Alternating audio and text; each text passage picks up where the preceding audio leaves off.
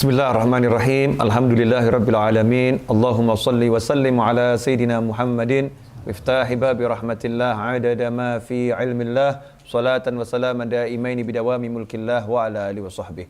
Allahumma shalli ala sayidina Muhammadin salatan taftahu biha lana futuhal arifin wa tufaqihuna biha fid din wa ala alihi wa sahbihi. Assalamualaikum warahmatullahi wabarakatuh.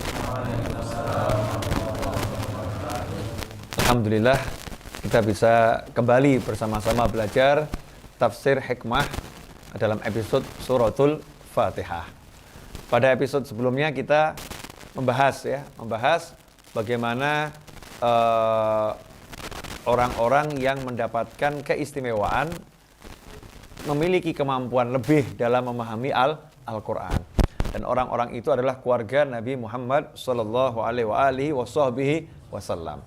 Nah, ketika kita mendengar seperti ini, kemudian kok ada rasa nggak suka di hati kita, ini bahaya. Karena itu penyakit iri kepada keluarga Rasulullah SAW. Seharusnya kita suka siapapun kok. Sahabatnya Rasulullah mendapatkan kemuliaan, kita suka. Ya, keluarga Rasulullah mendapatkan kemuliaan, kita suka. Ada muslim biasa mendapatkan kemuliaan, kita suka. Kita suka kepada semua orang yang mendapatkan kemuliaan. Jangan sampai di hati ada perasaan, nggak enak nih ya. Kok saya nggak seperti beliau-beliau ya. Emang dzalika fadlullah yu'tihi may yasha wallahu dzul fadlil azim. Itulah karunia Allah. Allah berikan pada siapapun yang Allah kehendaki. Ya, enggak bisa kita mau membatasi karunia Allah ini mau kita atur, ya Allah buat saya ya. Juga enggak bisa. Ada memang orang-orang yang Allah kasih karunia lebih dari yang lain. Karunia Allah itu luas dan itu miliknya Allah, ya terserah Allah yang ngasih. Makanya Allah paling enggak suka kalau ada orang yang iri kepada orang lain atau dengki kepada orang lain. Karena dia sebetulnya protes kepada pembagiannya Allah Subhanahu wa ta'ala. Allah yang bagi dia protes. Coba bayangkan nih. Ya, Allah yang bagi dia protes. Memprotes pembagiannya Allah. Berarti menganggap Allah tidak adil. Dia menganggap Allah tidak bisa bagi dengan benar. Na'udzubillah min dzalik. Nah, ini iri kepada ulama dalam arti yang seperti itu, enggak suka ya. Ini penyakit yang sangat berbahaya. Jangan sampai ada di hati kita. Kita harus bersihkan hati kita dari semua itu. Nah, suratul Fatihah karena punya keagungan yang luar biasa, maka para ulama menganjurkan kita untuk yang sering baca surat ini itu. Al-Qur'an secara umum kan kita diperintahkan untuk banyak-banyak membacanya. Apalagi suratul Fatihah. Salat saja udah mengajarkan kita untuk banyak membacanya. Kalau surat yang lain enggak dibaca enggak apa-apa, tapi kalau Al-Fatihah dalam salat wajib dibaca karena dia rukun. Nah, itu mengajarkan berarti dalam satu hari kita harus baca Al-Fatihah sebanyak-banyaknya, sebanyak mungkin. Untuk apa? Ya, ini induknya Al-Quran, ini kalamullah. Ada sesuatu di situ ya. Sesuatu yang luar biasa. Nanti dengan sering menggunakannya, mempraktekannya akan muncul, akan kelihatan. Ya seperti yang orang misalnya punya sebilah pisau. Kalau itu sering diasah, ya, maka ketika dipakai itu ya cepat nih, tajam. Tapi kalau pisaunya cuma ditaruh nih ya, tidak pernah diasah, kena hujan, karatan ya. Ini buat motong lombok aja nggak bisa nih. Kalau orang Jawa bilang ketul ya. Kalau bahasa kita tumpul nih. Karena nggak dipakai. Karena itu kalau kita lihat Imam Ghazali dalam kitab Ihya Ulumuddin, beliau rahimahullah mengajarkan agar kita dalam satu hari membaca suratul Fatihah sebanyak 100 kali. 100 kali. Ini wirid yang diajarkan oleh Imam Ghazali. Satu hari baca suratul Fatihah sebanyak 100 kali. Tapi ada caranya. Nggak langsung duduk baca 100. Ya pingsan kita.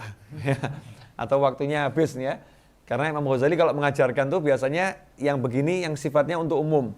Jadi pengusaha bisa pakai. Supir angkot juga bisa pakai. Ya.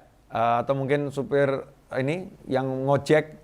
Entah pakai Grab atau pakai Gojek atau pakai yang lain ya bisa bisa pakai. Siapapun orangnya, guru juga bisa pakai. Ini wirid yang syamil, kamil, dan sifatnya am. Siapapun orangnya bisa pakai. Satu hari baca Al-Fatihah sebanyak 100 kali. Jangan nanya apa manfaatnya, karena udah terlampau jelas manfaatnya. Ya. Nah, orang nanya apa manfaatnya baca Al-Fatihah, itu aneh. Ya, kalau baca Al-Quran nggak usah tanya banyak apa manfaatnya. Satu huruf itu sudah pahala.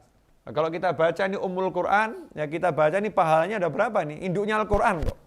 Ya kita baca, kan pasti luar biasa. Kenapa 100 kali? Jangan nanya sama saya. Ya, nanya sama Imam Ghazali, kenapa 100 kali? Tapi nggak ada manfaatnya nanya. Ya, kalau mau tahu kenapa 100 kali, amalkan. Nanti akan tahu. Ya, nanti akan tahu. Mungkin ada yang nanya, itu diajarkan Rasulullah atau tidak? Nah, ini pertanyaan lebih aneh lagi nih. Ya, Rasulullah sudah mengajarkan kita untuk baca Al-Quran sebanyak mungkin. Rasul nggak melarang kita membaca dalam jumlah tertentu. Justru orang yang melarang seorang muslim baca surat-surat Al-Quran dalam jumlah tertentu, maka orang itu telah berbuat bid'ah. Rasul aja nggak pernah melarang, kamu kok melarang ini? Yang ada kan perintah Rasul baca sebanyak mungkin. Dan Rasul menganjurkan orang untuk istiqomah. Dengan menghitung itu akan menjadi istiqomah. Seorang sahabat pun tidak diajarkan oleh Nabi SAW untuk baca surat Al-Ikhlas di dalam setiap rokaat sholatnya. Tapi setiap sholat, dia setiap rokaat baca suratul Ikhlas. Ya, bahkan di riwayat tidak baca yang lain. Ada beberapa sahabat tuh. Yang satu setiap baca surat apapun diakhiri dengan surat Al-Ikhlas. Rasul pun mengatakan, cintamu pada surat Al-Ikhlas menyebabkan engkau masuk ke dalam surga. Nah, Imam Ghazali mengajarkan kita baca 100 kali surat Al-Fatihah. Ya, kita coba amalkan. Caranya gitu kan, dibagi menjadi 5 tahap. Tahap pertama yaitu setelah sholat subuh. Ya, mungkin kita setelah subuh wirid dzikir, duduk, ya seruput kopi sebentar gitu kan, duduk, diam, baca Al-Fatihah sebanyak 30 kali. Ya, 30 kali. Kemudian nanti habis zuhur, ya kurangi 5. Jadi 25. Habis asar, kurangi 5 lagi, jadi berapa? 20. Habis maghrib, kurangi 5 lagi, jadi berapa? 15. Habis isya, kurangi 5 lagi berapa? Jadi 10. Jadi kalau di total jumlahnya 100. 30, 25, 20, 15, 10. Jumlahnya total 100. Dan ini indahnya ajaran Imam Ghazali. Pagi-pagi kasih yang berat dulu, 30 pagi. Ya kan? Masih banyak energik. Begitu habis isya ini ngantuk-ngantuknya 10. Ya. Udah ringan ini, 10. Ini kalau kita amalkan nanti kita akan lihat keajaiban. Jadi nggak usah tanya apa manfaatnya, ya buktikan sendiri. Jadi kalau orang iklan itu terlampau sering bawa ngasih manfaat ya, itu mungkin kita ini kurang yakin dengan produknya. Tapi udah yakin dengan produknya, ya silahkan Bapak beli, Bapak minum, rasakan sendiri ya. Kalau nggak suka nggak usah beli lagi. Ini keren. Ya. Jadi banyak amalan Islam itu kan tidak dijelaskan manfaatnya kan? Ya, tidak semuanya dijelaskan. Pahalanya iya, tapi manfaatnya enggak dijelaskan. Tidak semuanya. Ada yang dijelaskan sedikit untuk menambah semangat ya, untuk nambah semangat. Maka kita jangan terbiasa manfaatnya apa ya? Manfaatnya apa ya? Seakan-akan kalau enggak tahu manfaatnya enggak mengamalkan. Kita amalkan ini lillahi ta'ala.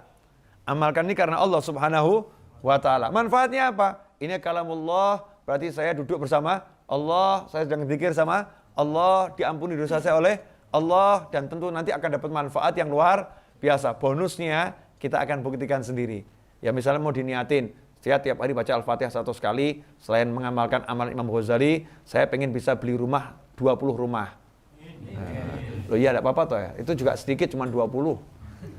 Ya kalau bisa 100 atau 1000 rumah, diniatin tawasul dengan suratul Fatihah. Bisa, karena tawasul dengan amal soleh dianjurkan di dalam Islam.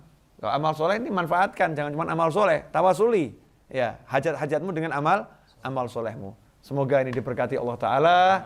Insya Allah kita dapat rahmat, dapat semangat, dapat taufik, bisa mengamalkan apa yang kita sampaikan dan kita dengar. Dan semoga ini bisa disampaikan kepada orang lain. Jadi barokah untuk semuanya.